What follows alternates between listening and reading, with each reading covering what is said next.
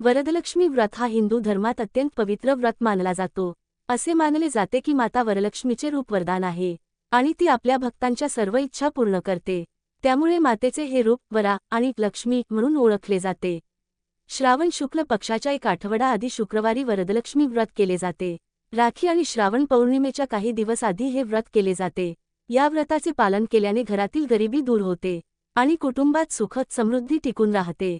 असे मानले जाते की हे व्रत केल्याने तुमच्या धन संपत्तीत वाढ होण्यासोबतच पतीचे वयही दुप्पट होते।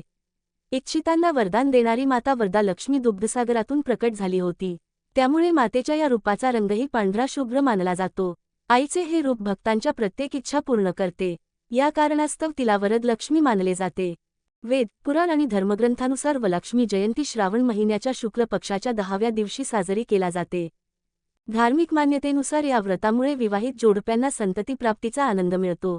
स्त्रीत्वाच्या व्रतामुळे विवाहित स्त्रिया मोठ्या उत्साहाने हे व्रत करतात। या व्रताचे पालन केल्याने सुख, संपत्ती आणि समृद्धी प्राप्त होते। वरलक्ष्मी व्रत केल्याने अष्टलक्ष्मी पूजेसारखेच फळ मिळते। हे व्रत पतीने पत्नीसोबत ठेवल्यास त्याचे महत्त्व अनेक पटींनी वाढते। वरलक्ष्मीची पूजा करण्याची पद्धत, या दिवशी सकाळी लवकर उठून उपवास करावा लागतो।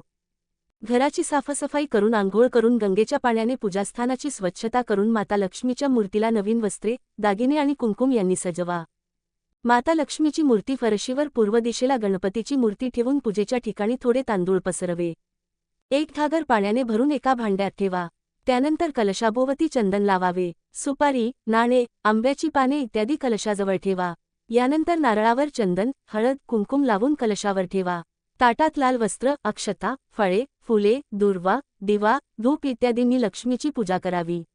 मातेच्या मूर्तीसमोर दिवा लावावा आणि वरलक्ष्मी व्रताची कथाही वाचावी। पूजा संपल्यानंतर महिलांना प्रसाद वाटावा। या दिवशीचा उपवास निष्फळ असावा। रात्री आरती करावी। हे व्रत केल्याने लक्ष्मीची कृपा प्राप्त होते।